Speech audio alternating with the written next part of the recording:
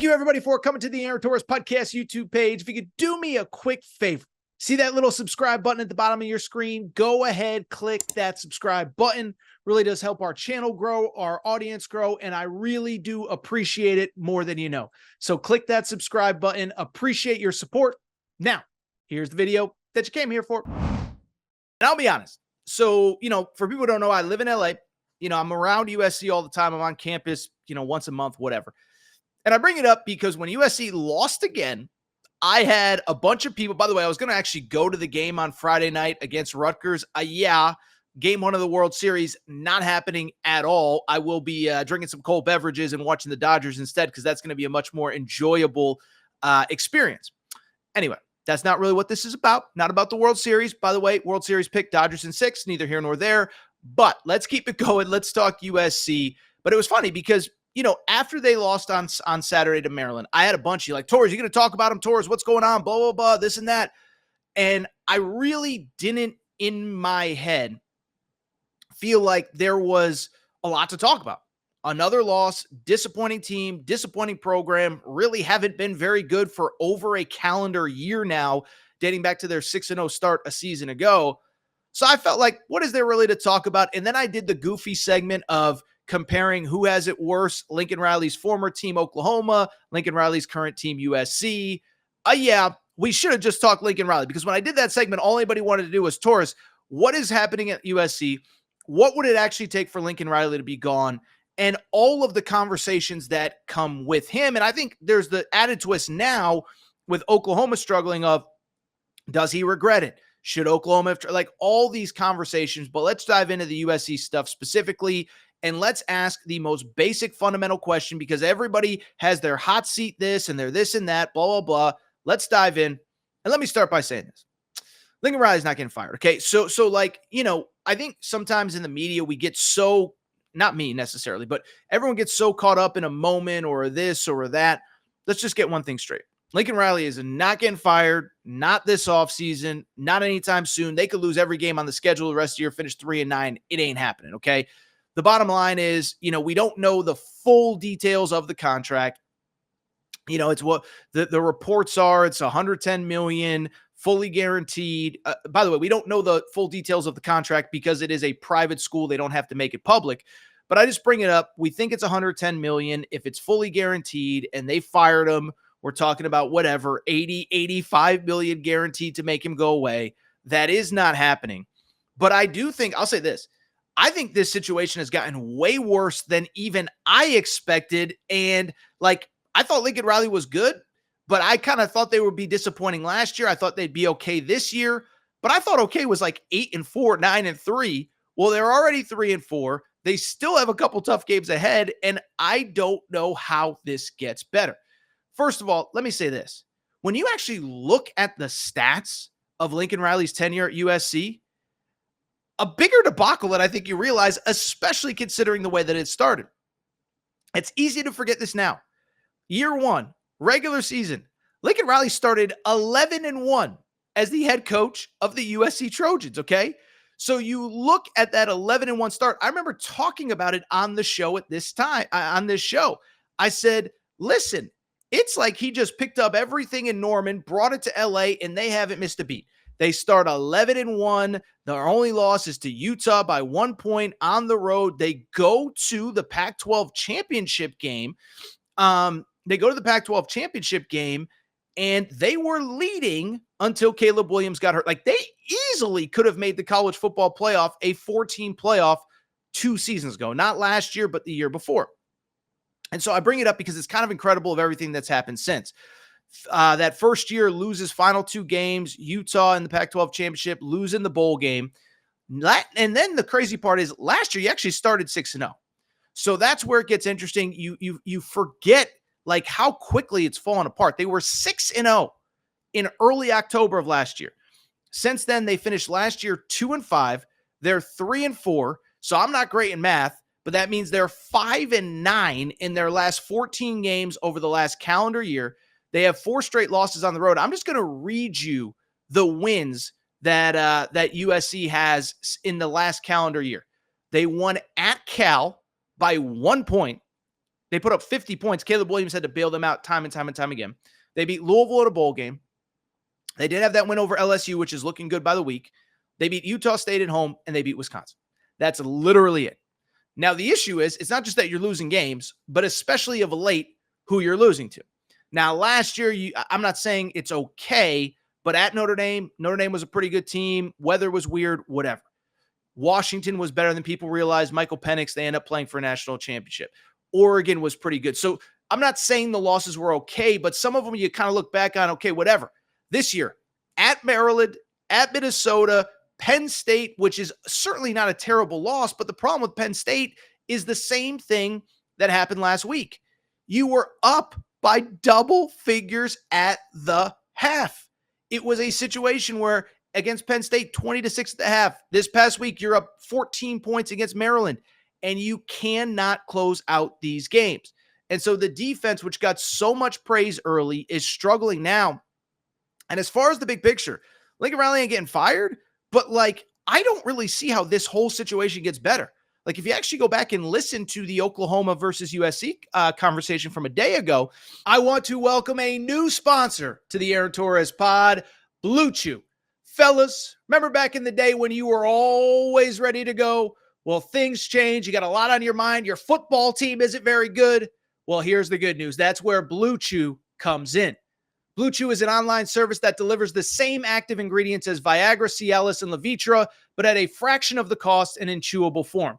To get started, it's so easy. Just go to BlueChew.com, consult with one of their licensed medical providers, and once you're approved, you'll receive your prescription within days. The best part, it's all done online. No awkward trip to the doctors, no waiting at the pharmacy, no stink eyes, no raised eyebrows, nothing. Thing is, though, I know a lot of you are probably wondering, Torres, does it actually work? Do you think I need to try it? Well, here's the deal. Try it for a month for free, and I think there will be no turning back, all right? You'll love it. Your partner is going to love it. Your football team may stink, but you'll be rocking like the 85 Bears between the sheets. So go ahead, try it out, and here is the great news. We have a special offer for listeners of the Aaron Torres pod. You can try Blue Chew for free when you use the code Torres at checkout. All you got to do is pay $5 in shipping. Go to BlueChew.com, use promo code Torres at checkout. You get Blue Chew for free for a free month, and you only have to pay $5 shipping. Again, visit BlueChew.com for more details and important safety information. Thank you to Blue Chew for sponsoring the Aaron Torres podcast. I remember, what I said was, I think Oklahoma's situation is better because Oklahoma has a quarterback problem and they really have an O-line problem. If they get the O-line figured out, the quarterback will look better and they might not be terrible because the defense is still really good. Oklahoma since fired their head coach. But look at USC. Think about this program right now. One, Miller Moss probably just isn't good enough at quarterback. Not trying to be a jerk. I'm just trying to be a realist. He had a great game against LSU in the opener. Obviously played really well in the bowl game to keep the job in the first place. And if you're looking for a little bit of a silver lining, if you do believe in Miller Moss, that wide receiver core is young. So assuming nothing crazy happens, assuming Lincoln Riley is back, and assuming the portal doesn't go bananas, you're going to have your whole receiving core and your quarterback back a season from now. Here's the question, though. O-line isn't very good, isn't getting better. The defense is improved, but we have seen them in second halves the last couple weeks. They are not getting better. They're actually regressing as the season goes on. They can't get off the field when they need to, which is a concern. And then I think on top of that, the defense is actually kind of a veteran group. I went and looked it up, and I was kind of stunned by this.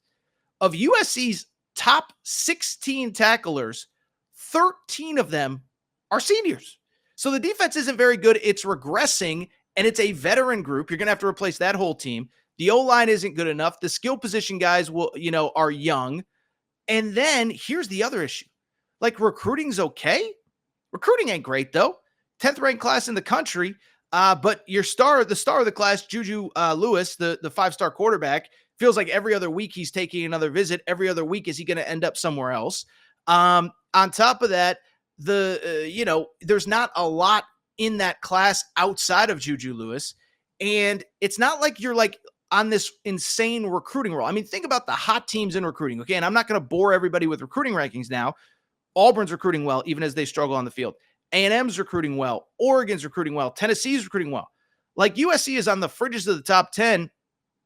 It doesn't feel like this class is like going to close with a bang or anything. You might lose the quarterback of the future. And by the way, you're not even recruiting well in Southern California. Like that to me is kind of the wild part. What is the recruiting philosophy of Lincoln Riley? Because right now, I looked it up this morning. Of the top 15 high school players in Southern California, how about this? 2 of them are committed to USC. For example, there are more players committed to Alabama in the top 15 of the 24/7 recruiting rankings out of California than are committed to USC. There are more committed to Texas A&M than committed to USC. I mean, it's one thing if it's Bama, it's the standard, it's coming off an SEC title, but Texas A&M, Oregon is coming in and getting guys that they want. And so how does this get better?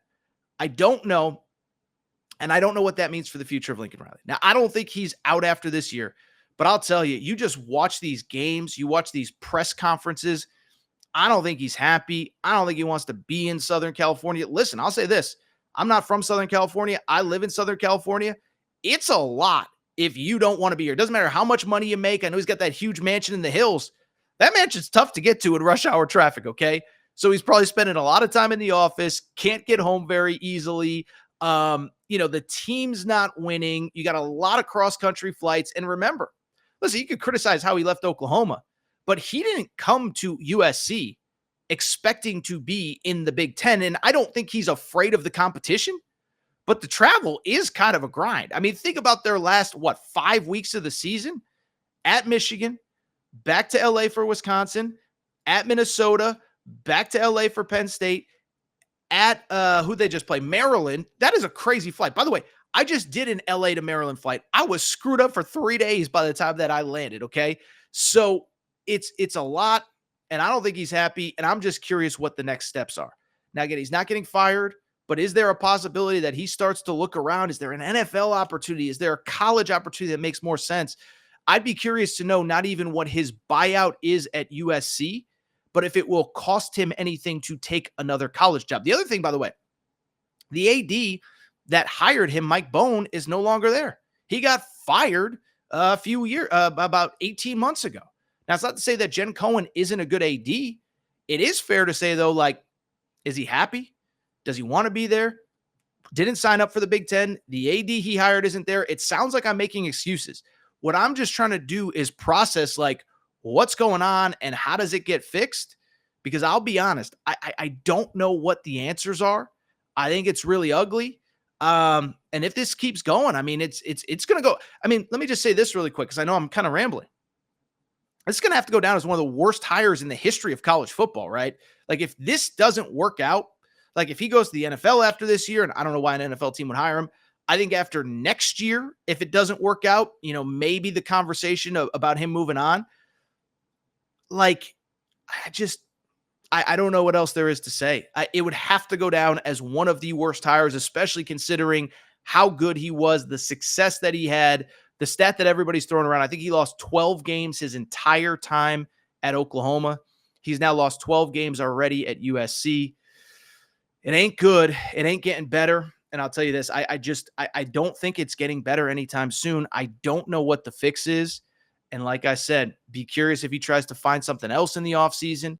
And then beyond that, is there a possibility if it goes sideways again next year, maybe that is when they move on?